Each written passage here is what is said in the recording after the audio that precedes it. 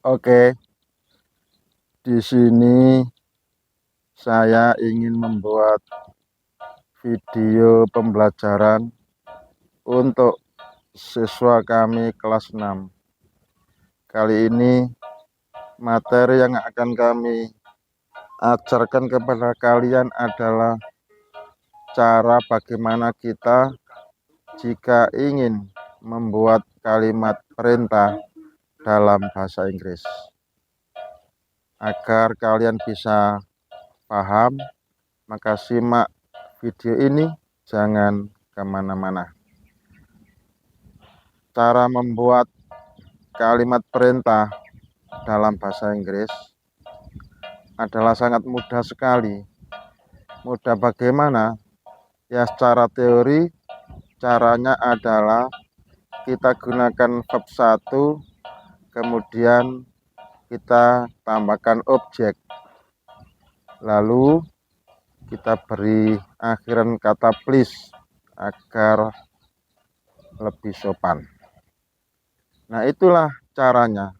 Saya ulang, gunakan kata kerja verb 1, kemudian tambahkan objek, akhiri dengan kata please. Maka secara teori sudah menjadi kalimat perintah. Nah, sekarang bagaimana contohnya? Coba kita kasih contoh kalimat-kalimat perintah yang bisa kita pakai atau bisa kita gunakan dalam kelas. Misalnya,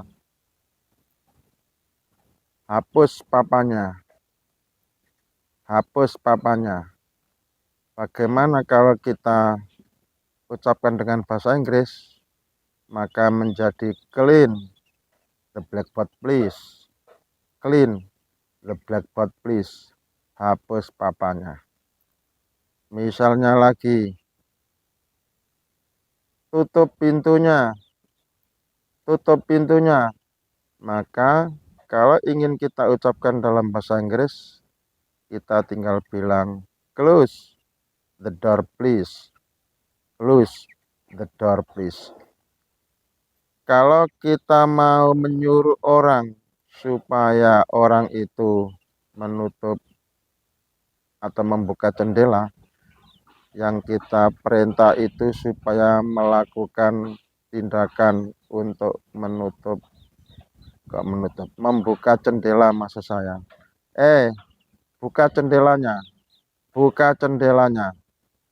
Maka kalau kita ucapkan kalimat itu dalam bahasa Inggris, kita tinggal bilang open the window please. Open the window please. Bukalah jendelanya.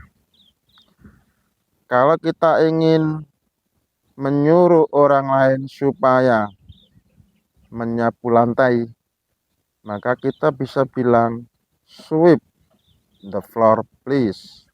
Sweep the floor please. Sapulah lantainya.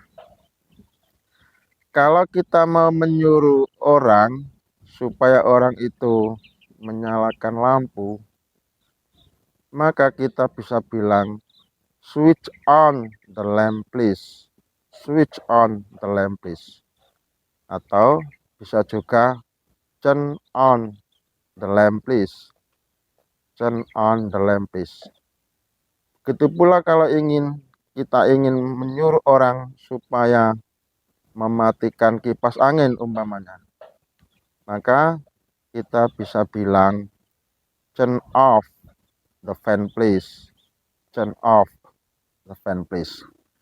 Jadi semua kata yang kita ucapkan dalam membuat kalimat perintah adalah selalu kita gunakan verb 1, kata kerja bentuk 1 dalam bahasa Inggris, lalu kita ikuti objek dan kemudian diakhiri dengan kata please.